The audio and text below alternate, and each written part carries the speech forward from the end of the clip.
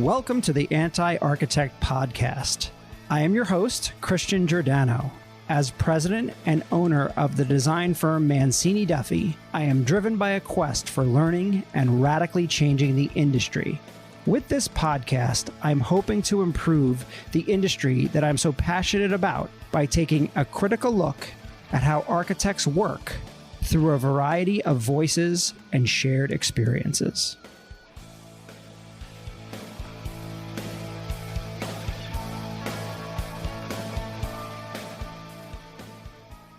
Hello, Anti-Architect Podcast listeners. I'm excited to have Mark Beal here in studio as my guest on the Anti-Architect Podcast.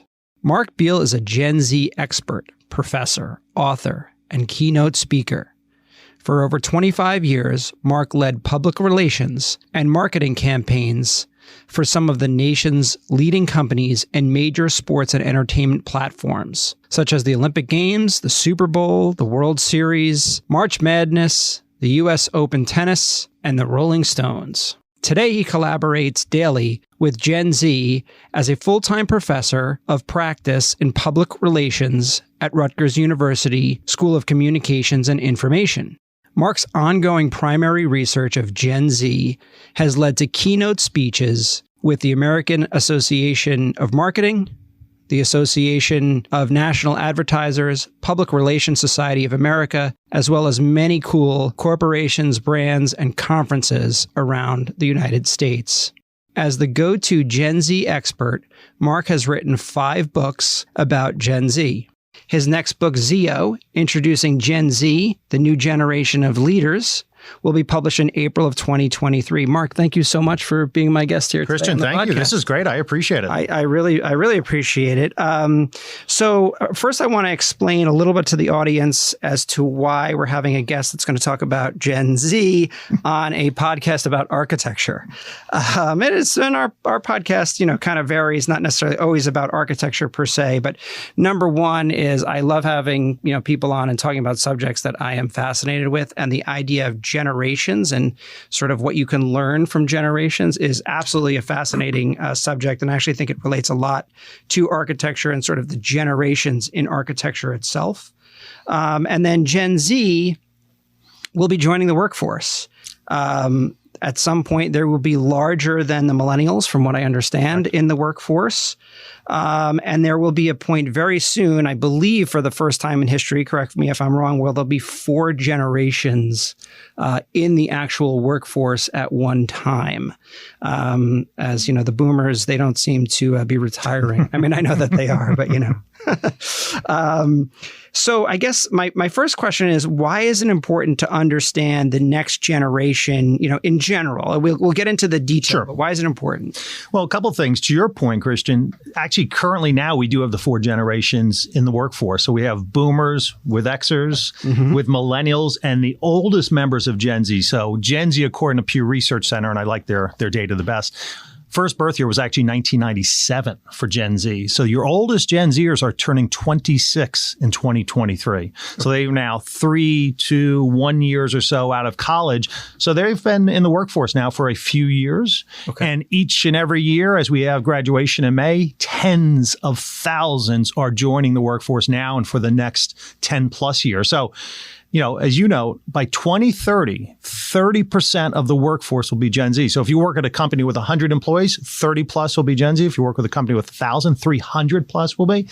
So that's the reason why I've kind of put a focus on this, because they are the new generation arriving at the workforce now and for the next decade. And from a marketing perspective, which I know is not the focus today, but for marketers, they have become priority number 1 for most marketers. So as we looked at the recent Super Bowl, most of those marketers, whether they're a soda brand, a beer brand, a candy brand, their focus now is Gen Z. It was millennials. Sorry to say millennials, you're in the rearview mirror. But it is now Gen Z. So the focus has just shifted to this generation and will be now for, like I say, the next decade or so. Okay. I have a lot to say about millennials too, and we'll get into that. Especially because for what we do, they changed a lot of the workplace itself. I don't know necessarily for the better, but they did change it. So I want to back up just in generations in general. So, and I have my little chart in front of me here, the generation GI, the silent generation, the boomers, Gen X, millennials. Someone told me that they were changing Gen Z to Homeland. I've never heard that. Yes. But from a year perspective, to your point, Gen Z begins in 97. So that's where millennials end. So millennials go to 96. And Gen Z begins in 97, which is why the focus now is on Gen Z, because they're no longer just in school, but they're earning a full-time salary. They're making decisions about homes, apartments, rentals, cars, automotive, brands, things like that. And yes, those. And so when does Gen Z end? So it's 97? So Gen Z, well, they haven't, so that decision hasn't been made yet. I go through 2012. So what I say is 97 to 2012. Eventually Pew Research Center, who kind of sets the years, will do that. But believe it or not, it won't be for a few years. So for now, we say if we go 2012, we have that 15-year window. So the youngest Gen Zers are age 11 this year. The oldest are 26. So from third, fourth grade to those who are 3-4 years into their career. Okay, so that puts my kids in that generation, which actually when, in doing the research on everything about Gen Z that involves you, my kids definitely fit in that generation, hands down. So, in terms of generations, in general, it's, I guess at some point, you're making broad generalizations about people, and I want to make sure everyone knows. We know that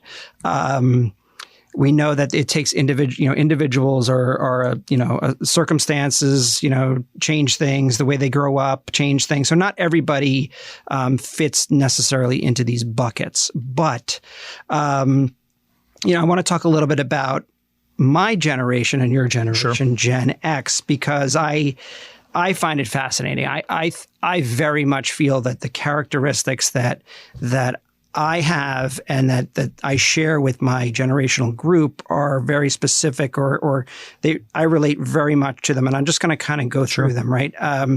We're independent. We're entrepreneurial. And then I highlighted a couple that I think are important because I think that Gen Z fits in a little bit with that, and millennials are almost the opposite. For Gen X, we're pragmatic and practical. We tend to be more focused on solving problems and achieving our goals than on idealism or utopian thinking. Which I find fascinating. That is me, sort of the, it's better for the world kind of thing. That's great and all, but I'd rather do the thing that I'm focused on doing. We're somewhat tech savvy. We can adapt as we need to. We didn't grow up with it, sort of, in our hand the whole time. And I think also key is we're skeptical. Gen X is skeptical for whatever reason, whether that's sort of the upheaval. You could argue there's upheaval in every generation. But I think that's a trait that sticks with us. From your sort of perspective, how do you contrast the between Gen X, millennials, and Gen Z? No, it's great. And to your point, there's some things there with Gen X, which I am as well, which you're right. There's some elements of that are they share in common with Gen Z. So Gen Z is very skeptical. I call them the purpose generation. So to your point, they actually do prioritize purpose over profits. They do want to contribute to a better world, a better society. It's why brands like Patagonia are brands that they admire. But they are skeptical. They're skeptical about companies, brands, the world, employers, all those things. So they are skeptical.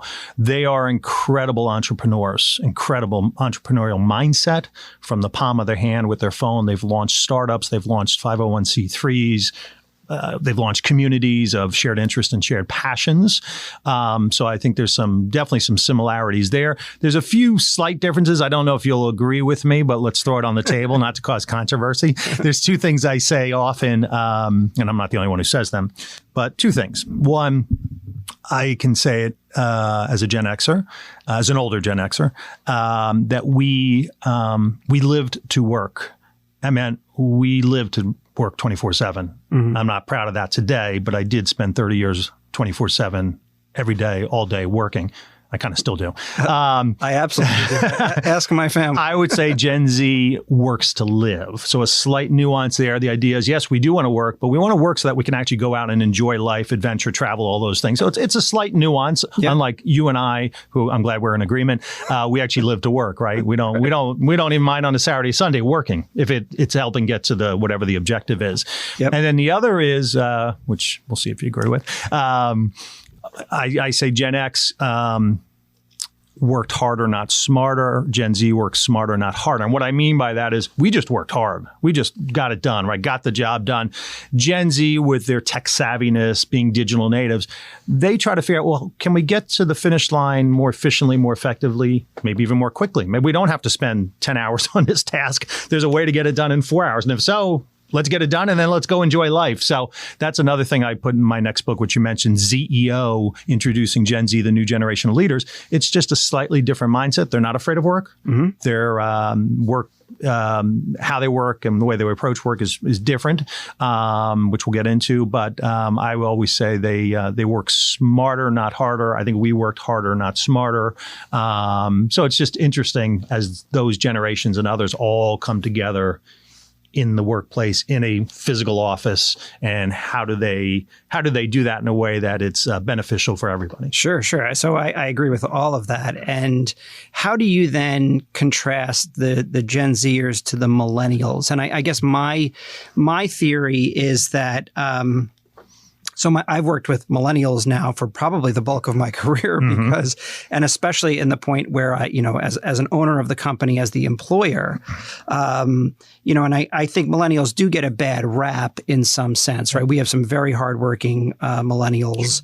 But I would say that, so my theory is that they are very idealistic, the millennials. But the difference is that they want me as the employer to give them their life's purpose. And if they agree with sort of the concept of my company, then they will give it their all to work there. Where I feel like, and you correct me, you're the expert, Gen Z is going to be slightly different. They want that purpose, but they don't need me for that. They're gonna do it themselves. Like my daughter she doesn't say it this way, but it's almost like, why should I go to college? Maybe I'll just start my own company. Maybe I'll start 10 companies. Yep. So I love that. Especially as an entrepreneur, I do love that. Yeah. And that's that entrepreneurial spirit that she and Gen Z share, is the idea of there may be a different route I can take, a different way I can go. I can launch my own company. Going to college. I've connected and collaborated with Gen Zers who've launched companies in 8th grade. I get invited a lot to high schools to speak, and my speech is a little bit different. There it's about pursue your passions, dream big, anything is possible.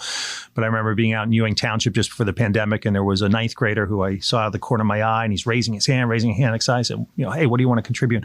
I started my own greeting card company in 8th grade. And I said, fascinating. Take me through that. So I've seen that. Interesting about millennials. Nothing against millennials. I've had really great conversations in the past several weeks as I was writing the book with millennials. And they all had this common theme, which is really interesting. I kind of knew it, but I didn't know it until I spoke to them. And I think you'll appreciate this. And understand this.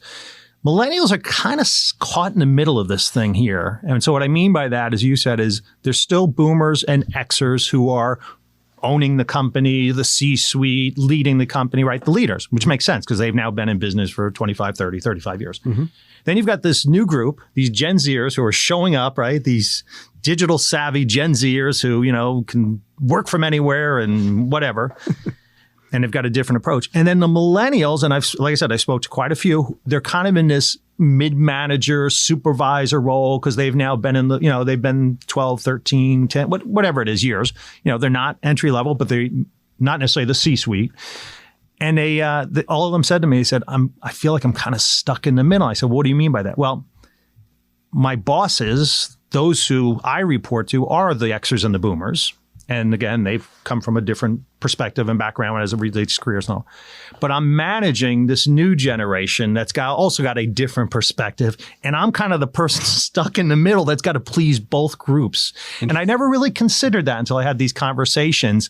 And I walked away kind of feeling, it's the right word, but I kind of felt bad. Interesting. Like they're trying to serve not two masters, but they're serving the owners of the company, the CEO, the C-suite, and those are who ultimately make the decision whether they get promoted, pay raise, all that.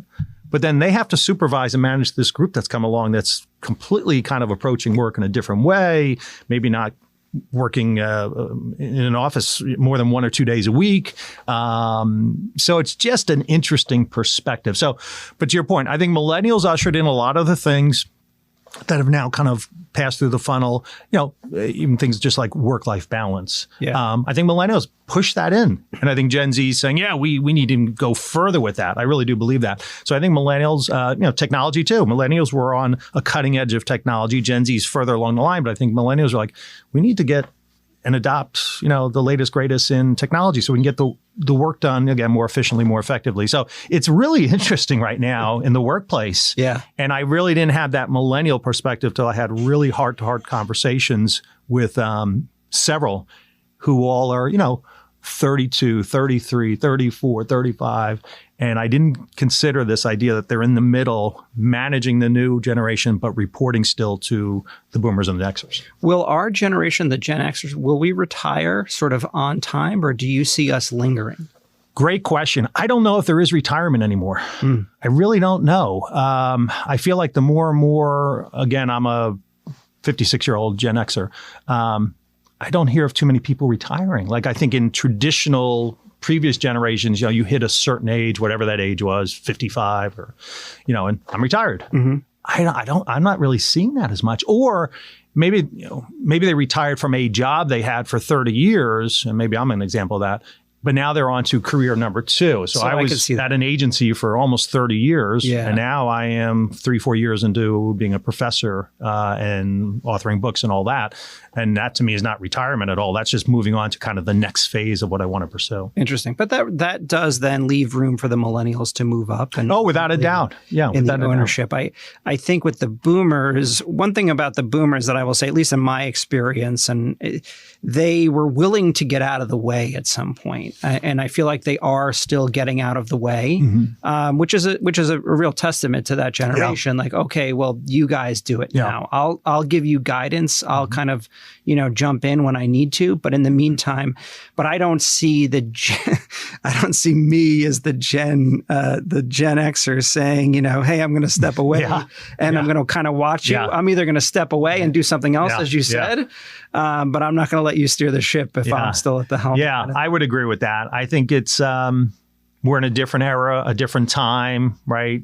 And I do think previous generations, again, there was a milestone year, whatever year that was, and was kind of like, I'm retired. I'm going to go right off into the sunset.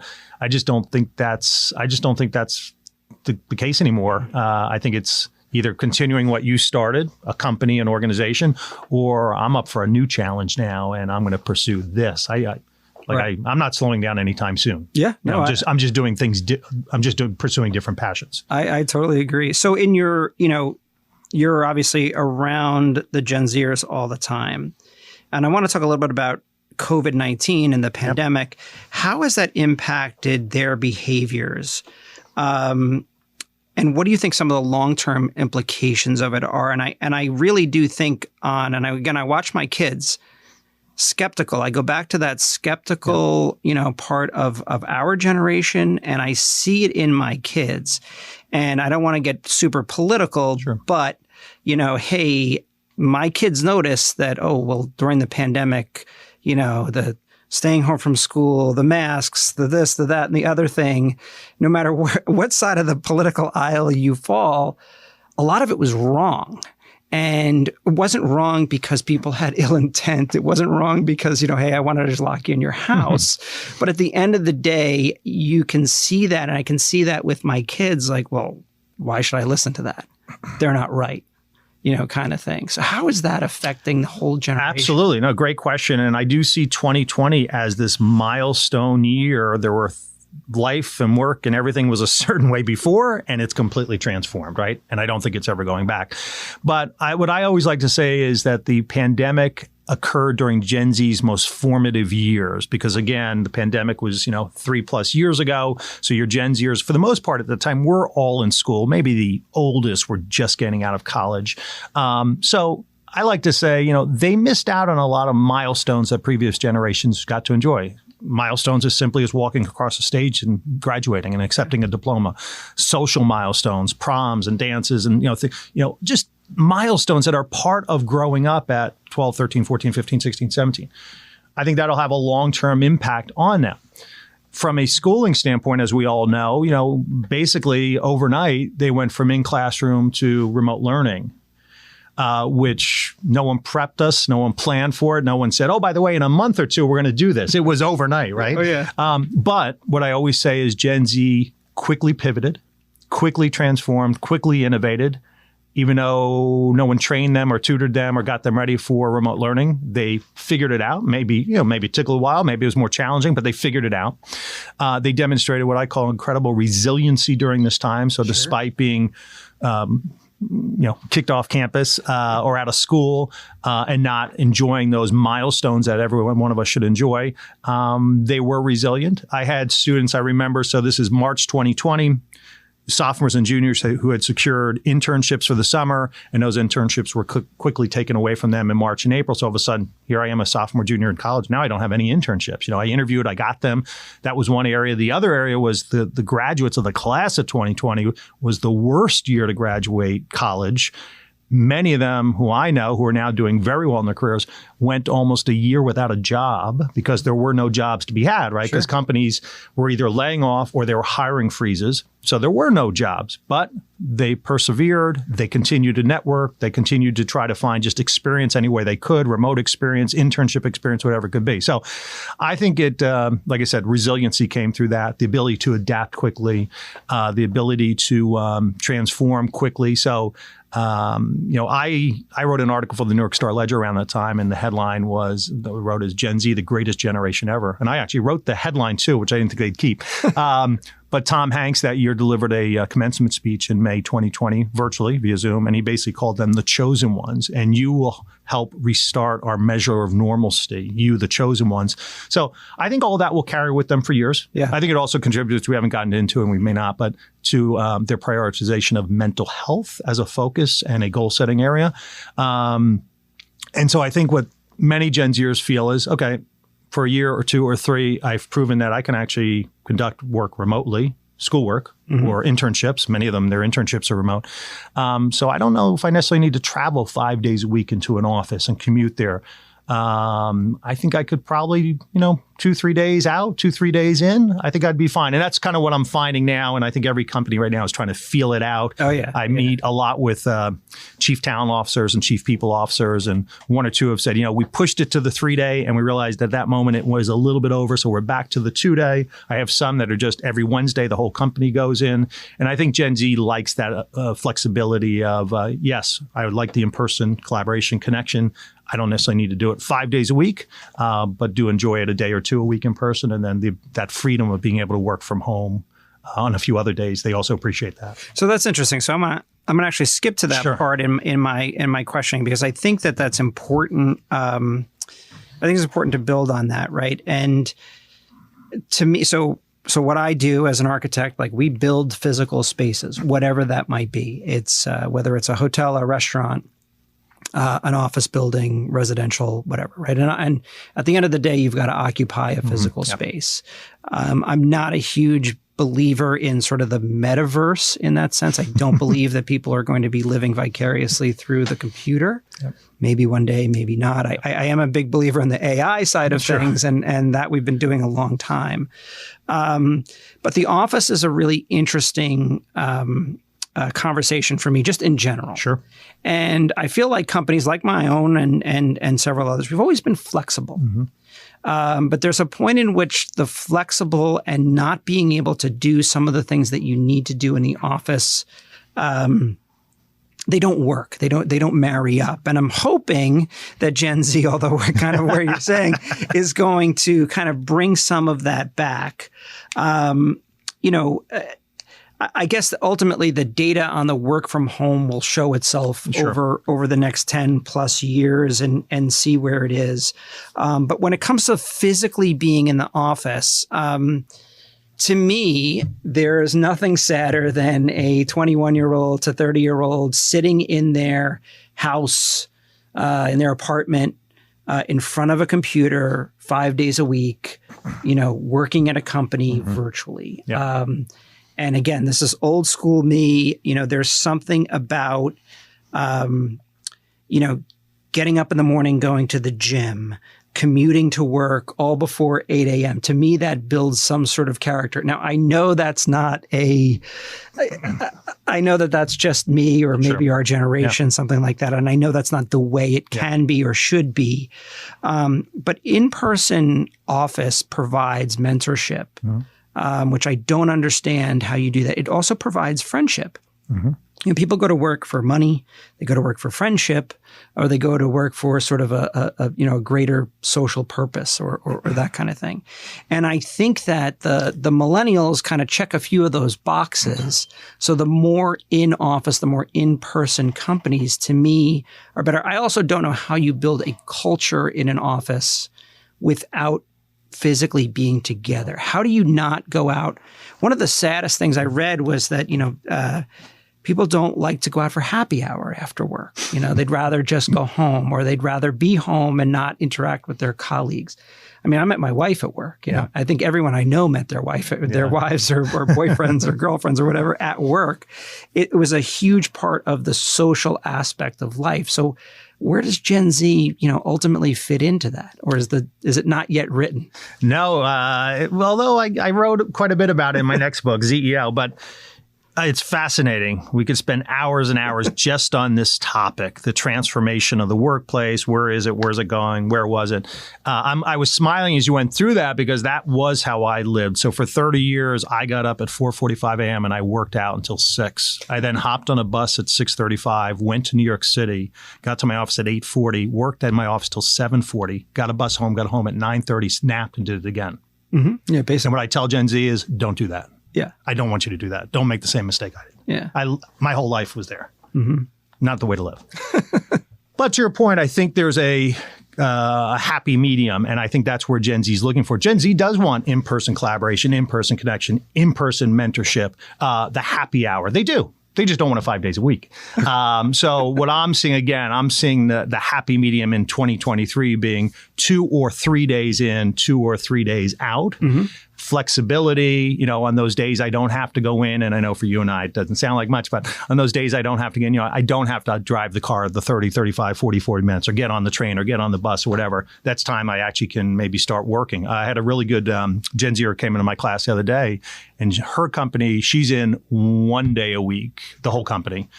And she said, those days I'm not. My approach is completely different. She goes, I actually now get started work earlier, where if I went in the office, I really don't get there till about 9-ish. So now I may start at 7:30, but then I take time at 10, 11 or 12, and I do actually go work out, and I get that kind of mental health break during the day. And she goes, I can never do that at work. So I think it's a combination of both. I'll make a $1 bet now that we'll never go back to a 5-day in the office. I just don't think it's going to happen. So if I lose it, I owe you $1. No worries. And I think it's that combination, because to your point, human connection, what I call human interaction, HI, is very, very important. We need that, especially to your point, onboarding. There's a lot of Gen Zers, as you know, who started their careers in, let's say, 21 and never physically went to an office maybe for a year or two, and everything was Zoom and, Slack and Teams and, and all those things. That's a hard way to onboard. It's a hard way to collaborate with a mentor, to even get a mentor, to create friends, to be social, all those kinds of things. So it's an interesting place for it. And I really am. And to your point, how does it play out in 24, 25, 26, 27? Yeah. I don't know. We're seeing now, right? Disney recently said everyone's going to be back in the office. But they revolted. Yeah. And we've heard other companies do that. So we want to see, okay, if that does happen, do we all of a sudden see resignations and drop-offs of that because folks are like, I've already proven I don't have to be there. I'm going to go work somewhere else. So it's just, we are in a fascinating time. I think it's a very fascinating time. So I'm a big believer in walking the walk and walking the talk, right? Whatever that expression is. Yeah. So for me, I do go to an office 5 days a week, but I cheat. because I opened up an office close to my house, Sure. right? That's 5 minutes away from my house. So I go there at least one day a week, if not two. So I do want to be respectful of that idea. And as I said, we've as a company have always been flexible. And I don't think I went to New York City 5 days a week, consistently for years because don't do it. Yeah, there were always other things going on. Yeah. But I do, and we right now we're 3 days a week in the office, and we say mandatory, and I hate that word mandatory, because to me nothing is mandatory. It's your life, and if you can, I am a big believer. If you can get your work done, I really don't care where you do it. Yeah. But we do see a little slowdown in productivity, or maybe not, or less. Maybe it's not productivity; it's efficiency. And so I am curious, kind of where that ultimately plays out. I do like this idea, though, and it's something that we've talked about. One day where the whole company is there. Yeah. That to me is great. That's pretty special, and we try to do that, and then also associate it, ironically, with a happy hour. Yeah. Makes sense, because then to your point, it's not just about work. It's about socializing, connecting, forming relationships, forming friendships, because those are all going to benefit the work too, because I enjoy working with you, and so I enjoy collaborating with you. So we're seeing a lot of, not experimentation, that's not the right word, but like I heard from a CEO recently who said, I'm giving all my employees 6 weeks of what we're calling digital nomads. So for 6 weeks, separate from vacation, separate from PTO, separate from anything else, they can go work on a beach for a week. And it's very transparent, though. They are letting us know they're going to the beach or the mountains or wherever they're working. But we also know that, well, they're at the beach, so let's not bug them every minute of the day while they're there. They're working. We get that. But, when 5 o'clock hits, they're going to go enjoy the beach. So, just a lot of different things going on. The other thing, which I brought up earlier, more and more companies, starting last year really, but now formally giving employees mental health days as benefits. I had more members of the class of 22 who graduated and called me and said, hey, great news, I got the job. And of course, I'm kind of excited to see, hey, what are you making? And the first thing they said, and I'm getting mental health days. So that's resonating with Gen Z for sure. Now, in the old days, maybe you called it a sick day or a PTO day, but for Gen Z, it's like, wow, they care about me. They're giving me mental health days, whether that's one a quarter, one a month, whatever it might be. Interesting story real quick. I presented recently to about 60 executive recruiters who from around the country. Most of them were Xers and boomers. There might have been a millennial or two in the crowd. And they were shocked and awed when I talked about mental health days, and they looked at me and they were just, mental health day? What do they do? They sit on their couch all day? What are they like? It was just like, what do you mean? Who's doing this? So it was interesting, but more and more are. I mean, we even have in the fall of this past fall, 22. I think it was the first time I recall that on World Mental Health Day, companies actually shut down that day. I know many, many big and small companies who shut down and used it as an occasion just to rest, recharge, take a day off. I don't recall that in 2018, 17, 16, right? I don't ever recall that. So it's just, that's another kind of dynamic that's happening in the workplace too. So one of my partners will listen to this and he'll say to me, he'll be saying to himself, what the hell is a mental health day? And as the employer, isn't that the weekends? Shouldn't you be working? So I guess the question is then, what is a mental health day, and why is it important to this generation? Because I genuinely do want to understand. Again, the reason we're talking about this is because Gen Z is going to be part of the workforce. And if you want a company that innovates and you want a company that you keep employees, all of these things need to be important. Just like we made a lot of changes in the workplace. Again, I think a lot of them for good, some maybe not so good for millennials. I think we need to really think hard and fast about the Gen Z at work. Absolutely. Version. And so the mental health day is something that, again, companies are introducing for the first time. And I've seen it play out in practice. I don't want to say it's as simple as this, but it's as simple as an employee. And again, it's not just for Gen Zers. The mental health day is for everybody, right? They're not, but it's as simple as just the email. Again, maybe in the old days we called them sick days, but the email, hey, I'm just not up to it today. I need the day. I gotta just refocus, recharge, whatever. The key on that is that the supervisor manager doesn't say, well, what's going on? What do we, it's not challenging or questioning it. It's like, no worries. We'll see you tomorrow. Just do whatever you got to do. Or maybe not even comment that, just no worries. And that's in essence what it is. Because again, as I tell my students, everybody, our lives, work is one piece of that life. Yeah. There's family, there's side hustles, there's other things going on. Work is just one piece of our multidimensional lives. And so there could be just something family related that's, I got to focus on something today. I'm not going to be able to, go to work and focus because I've got this other thing going, whatever it might be. So again, maybe we used to call it PTO or a sick day, but now more and more companies are introducing this idea of a mental health day. Interesting. That's not going to go away anytime soon. I think that's only going to gain momentum as this generation joins the workforce. You mentioned the word side hustle. Yes. So and I've talked about this even on this podcast, I'm a big side hustle fan. And the reason is because I kind of got my start with a side hustle. I was basically doing freelance architecture throughout my entire career that ultimately gave me the ability to then go and buy into the company that I now, am one of the owners of. And I also believe that side hustle did something that I could have never gotten the experience working directly for a large company and that was the direct relationship between me and my client. Right. And the ability that was my client. And at the end of the day, it was really important that was my client. It was my relationship and it was me and them as opposed to that intermediate of the company's client. Mm-hmm. Right. And I'm sort of just working at the company and someone else holds that relationship. And I believe that gave me the ability to kind of be what I am today in terms of understanding how clients think and function and how important it is for client service. Yep. Gen Z, are they big side hustlers? Yes, very much so. And they want to work for companies that welcome and invite you to explore your side hustle. Now, the side hustle, to your point, may have nothing to do with what the company does. I'll give you one example without naming names. One of my former students was a passionate and still is a passionate singer-songwriter while in college. And that's her passion, right? Her full-time job is as a marketer. She's a marketer, integrated marketer, event marketer, all those kinds of things. But the first company that company she was hired by after college actually proactively encourage and invite everyone to pursue their side hustles, pursue their passions outside the office, and even recognize those side hustles in the office. So while she was in that job the first year, she released her first solo album.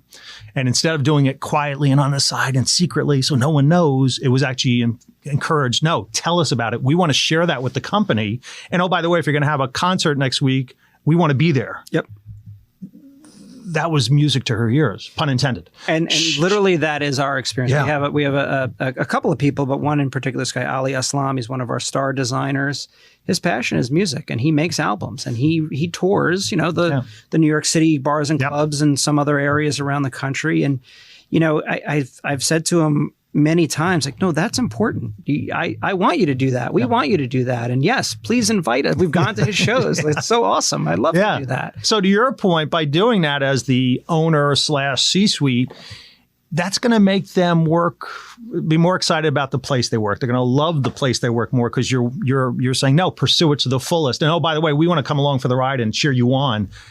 They're going to love that. Yeah. If they're at a different place where it's like, this is the only thing you do, focus on this, don't focus on anything else. And you're like, I can't stand this place, right? So I love that idea because then it's, again, it's open, it's public, it's transparent. We're all rallying around him or her and they feel pretty darn good at the end of the day. Like, wow, I work for a company that really loves this, that I pursue my passions. Yeah, it's true. And I think you actually work harder for that company. Absolutely. If I've got to work something at, on the weekend at 8:00 at night to get it done, well, that's fine because, they let me, do what I had to do on a Friday afternoon to go, tour or play a gig or something like that. Yeah. And I think those side hustles, to your point, could they be maybe too close to comfort, meaning they're similar to, possibly. But I think the reason it's a side hustle, it's something completely different, right? So pursuing the music, starting a nonprofit 501c3, just because I really focused on my community or this concern or this area. Again, to your point, they will love the company more because they value that, and they'll at the end of the day, they'll end up working harder. Yep. So tell us a little bit about your backstory. Where did you grow up? Where'd you go to school? Sure. Yeah, I'll do it as quickly as possible. Yeah, no worries. Now, I had a fascinating background. My father was a colonel in the U.S. Army, and so I got to grow up at the United States Military Academy at West Point from age 4 to about age 12 or 13 on the base. He was in the admissions office, so if you wanted to get into West Point, you had to go through him and his team there. So, I mean, at the time, I didn't know it. I look back now and say, man, what a childhood I had. To live on a military base, to live at West Point, just such a historic, iconic place, and just all the fun that came with it. I mean, as not exaggerating, as a 6, 7, 8-year-old, I would walk to Army football games, which were a half mile from my house, and go watch Army football in the 70s. I saw a young Coach K when he took over the Army team in 70, I don't know the exact year, 4 or 5, going to every basketball game. And this basketball coach, who's now the greatest of all time, people didn't even know how to pronounce his name, so they called him Coach K. And my father had a really close relationship with him. So having that was great. And then moved to the shore. My dad met that retirement date in the Army, and he took over as the dean of what's called the West Point Prep School, which at one point was stationed here at Fort Monmouth. Fort Monmouth has since been closed from a military perspective, so now it's at West Point. And for 15 years, he was the academic dean there. So moved down here during the high school years, ended up going to the West Point Prep School between high school and college. In fact, we're filming a documentary right now about that experience. We were there last week because, as you know, Netflix is taking over 300 or 400 acres. And we think part of that parcel is actually our old barracks where we lived and studied and went to school for a year. And so we actually went over there last week. 10 of us flew in. Or 10 others flew in from around the country, and we filmed an entire day of our year there in 1980-45, which we're currently going to turn into a documentary. Wow. And then from there, went to Rutgers University, and my passion was always media, journalism, broadcasting. So even when I was in sophomore in high school, I got my first job as a sports editor for a weekly newspaper in Belmar, New Jersey. There was an ad, and my mom said, "Pursue it." I'm like, they're never going to hire some 10th grader. Well, I don't think anyone else applied. So I became the sports editor. And then during college, I worked at NBC in New York. I wrote for the Asbury Park Press. So I didn't write for the student paper. I actually wrote for the Asbury Park Press. And then between junior and senior year, I always tell my students this story. And I think it's partly I'm telling them because you can do more than you really think you can do. And so between that junior and senior year, which would have been the summer of '88, which is my transitional year, maybe I'll write a song about that. I would get up every morning and get on a 7 a.m. train from New Brunswick to New York and go work for a public relations agency that focused on sports and entertainment, and get work there from 8:30ish till 5:30 or so. Get done, and I would sprint. And that was in the 50s. I'd sprint over to 30 Rock, and I'd produce one of the first ever sports radio shows every night from 7 to midnight. Get done at 12:01, literally run, because I'm a college kid with no money, to Penn Station, catch a 12:35 train back to New Brunswick, get there at about 1:20 in the morning, take a nap, and do it again the next day. Wow. And in that summer was a great summer, made lots of contacts, relationships, but the transformation from wanting to be in media to wanting to be in marketing happened. And so when I went back senior year, I'm like, no, my focus is this thing called public relations and marketing. And that set me off on a 30-year career in that space. Wow. And so then how do you end up a Gen Z expert? Oh, so I get asked all the time. So, for 30 years, I was in New York at an agency, started at the lowest possible level and eventually became part owner of the agency. And for most of those years in the 2000s, 2005, 2010, 2015, every time we were invited to compete for business with the biggest brands in the world. So clients included Coca-Cola, Nike, Procter & Gamble, Taco Bell, Capital One, Nestle, and others. The focus was millennials. So you get the brief, the RFP, how do we engage millennials around this or that or this new product or this sponsorship or this? So that was the focus. And so that was, like I said, 205, 210, 215. And I was driving back from a course I just started at Rutgers in 2017. I just had what I call a light bulb moment. And it was like, millennials have been a focus. When we get into the 2020s, they will not be. Gen Z will be. So I started that next morning every day at 6 a.m. I just research anything I can get my hands on, articles, studies, surveys, this, that, and I just gather them. And then combine that with being in class with these Gen Zers every day and being able to get the latest, greatest, what's trending, what's happening. Right after the Super Bowl last week, we spent a half hour just on, did you watch the Super Bowl on network television? If not, which most did not, where did you consume the content? TikTok, Instagram, YouTube. and what really engaged you. Were there certain commercials that also engaged you? And so we go through those conversations. And so that was the thought process, was eventually Gen Z will take over for millennials when it comes to marketing. But now, of course, we're seeing it from a recruiting and retention standpoint. Sure. And so 2017, it just started, and research, mostly reading everything I can get my hands on, and then just continuing that consistently through. I still do that today. The first thing I do when I wake up is simply type in Gen Z in marketing, Gen Z in the workforce, and just every day there's stories being published. Interesting. And so you've written 5 books. I've written, so we've got Decoding Gen Z was the first in 2018, which was more about what are they doing on their phones? What are they looking for? Engaging Gen Z in 2020, which I co-authored with a Harvard University sophomore at the time, Michael Pinkowski. I thought, let me co-author this with a Gen Zer. I think it'll add more credibility, and we had a blast doing it. He's now since graduated Harvard and doing very well in his career.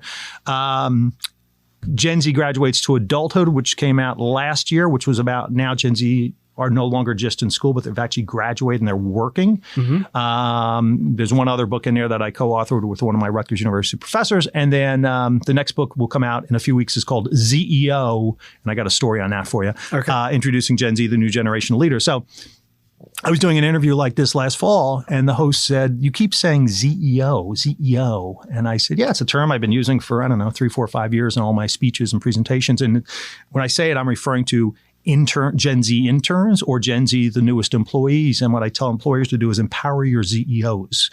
Give them a challenge. Give them something new, something that maybe you've been thinking about, but you haven't focused on it. See if they can solve it, right? Using all their entrepreneurial skills and their digital mindset and all that. And so there's brands like Target who, since 2018, have had a Gen Z incubator, which is a nationwide incubator of Gen Zers who help them inspire new ideas, new products, new causes, new this, new that. Converse has the same, and the National Hockey League has the same thing. And so I got done that interview and I said, maybe no one does use this term. I just thought everyone used it. So I'm typing in ZEO and I cannot find ZEO as it relates to this new generation of young adults. I found ZEO, which was a Power Ranger back in the 90s. Didn't know that. And I found an app that had something to do with getting almost like a Waze app. But other than that, I couldn't find it. So I said right away, I'm like, that will be the next book. These ZEOs that your company, other companies, if you're hiring this next class, well, that would be a ZEO. And, they're bringing a lot to the table. So why don't we give them a little something they can focus on aside from their day-to-day tasks? Yeah, no, absolutely. And so that's the next one that I'm really excited about because it's got that fun little, I always tease the covers out, and I probably teased it a month ago, and I got more reaction to ZEO than I've gotten to anything I've ever done. Did you trademark that? I've met with trademark lawyers twice. And they didn't give me the answers I wanted. They were like, "Oh, you don't have to trademark it yet." So to be continued. I love it. So kind of bringing it back, a few more questions about just Gen Z in general, because I think there's one important aspect that we haven't touched on, and that is the phone and social media. And you talked a little bit about it in the Super Bowl advertising. But, again, from using my kids as an example, they were not interested in Facebook. I actually have never been on Facebook myself, but I know the moms are on Facebook, all that sort of stuff. And we do Instagram for company stuff and for the podcast. But their big things are Snapchat, TikTok, and YouTube. And I'm curious kind of, where all this leads with that. Yeah. And I will preface this.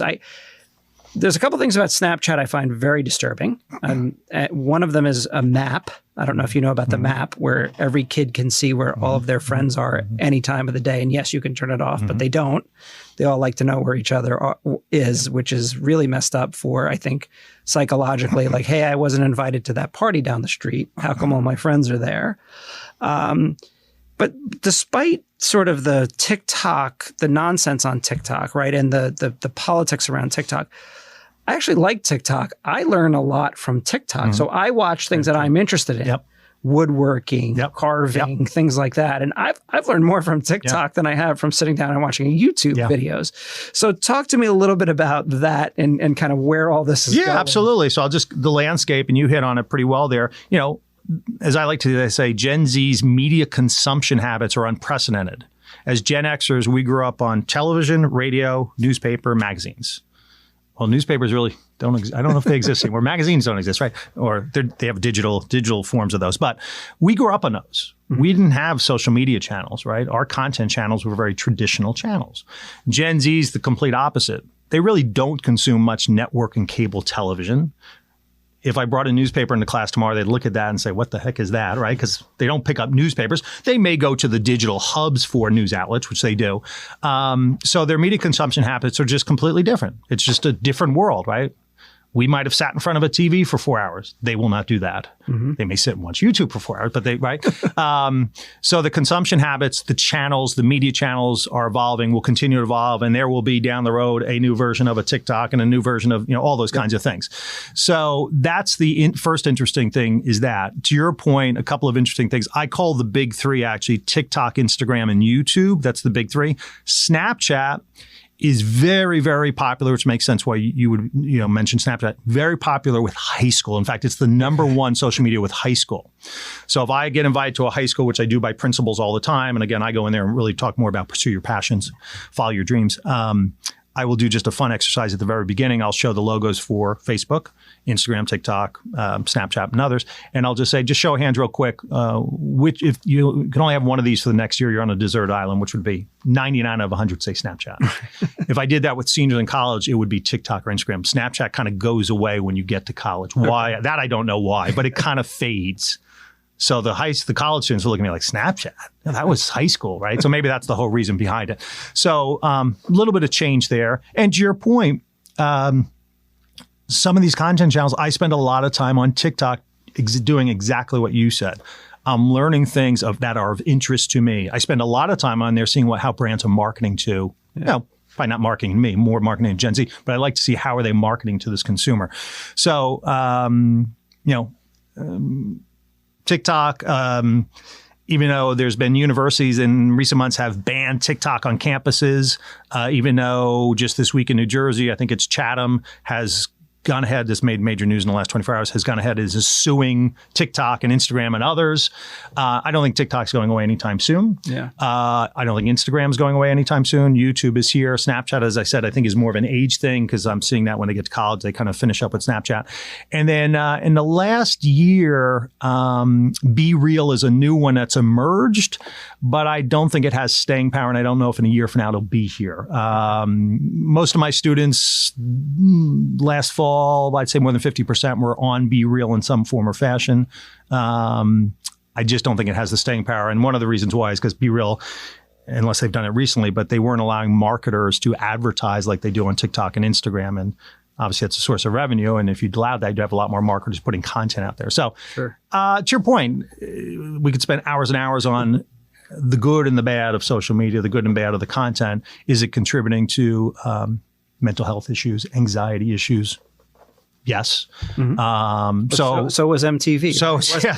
So were television shows too. Yeah, that great comparison. So there are pros and cons to every media, the content channels, and many Gen Zers, especially as they maybe age. I'm not saying high schoolers don't do this, but they're also using it as a way to create content, distribute content. I've got one student who is in my class who has 4 million followers on TikTok. Wow. So he's figured out not only how to do that, but how to monetize that. Now he has brands who are paying him to be an ambassador. So my younger daughter has 12,000 followers on TikTok, but she doesn't show her face. It's all these little silicone pigs that she puts in situations. And it's fascinating that she has that many followers.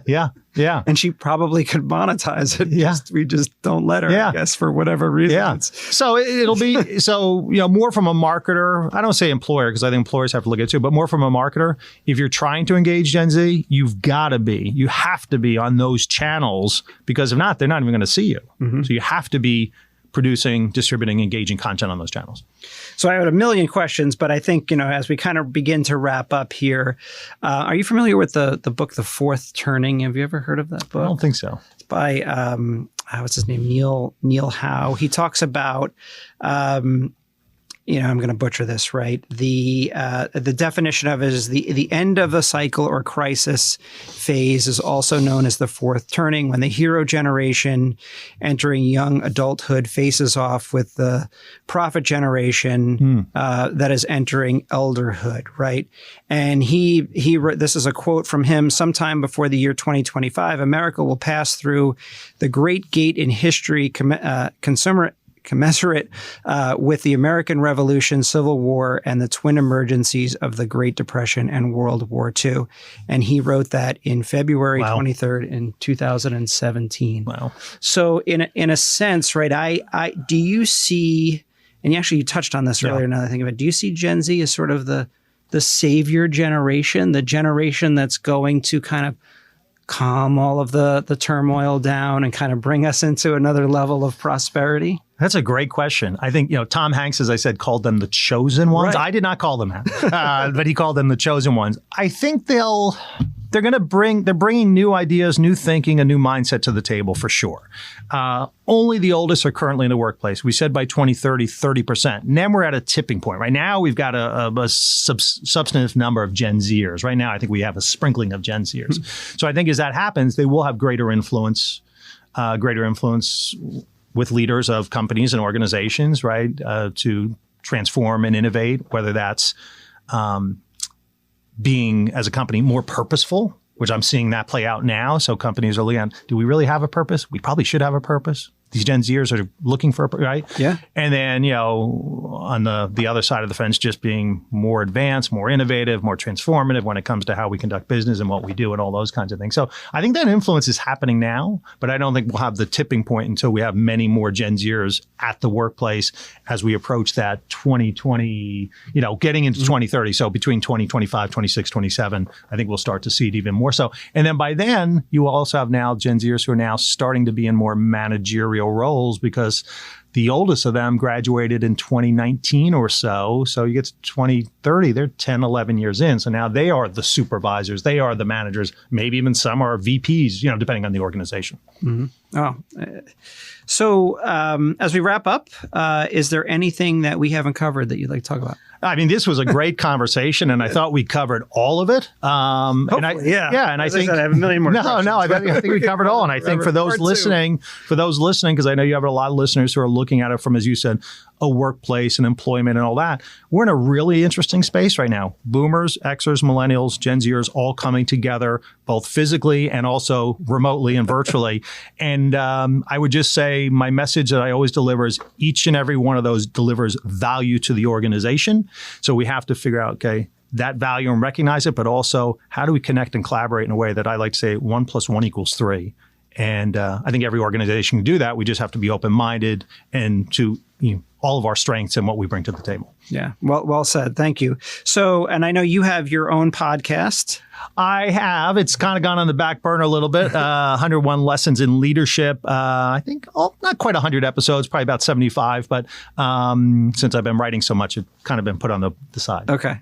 And so I do want to make sure that we plug your books, also your website, markbealspeaks.com. Sure. And all of Mark's books are on Amazon. Trust me, I was looking at them all. And thank you for bringing these here. Thank you. I really appreciate it. Thank you so much for, and make sure you buy, the new book, ZEO. Yes. Thank you, Christian. This was great. And conversation was, all the homework you did was great, because it really led to a robust conversation. So I appreciate it. Thank you so much. I appreciate that. Thanks for coming.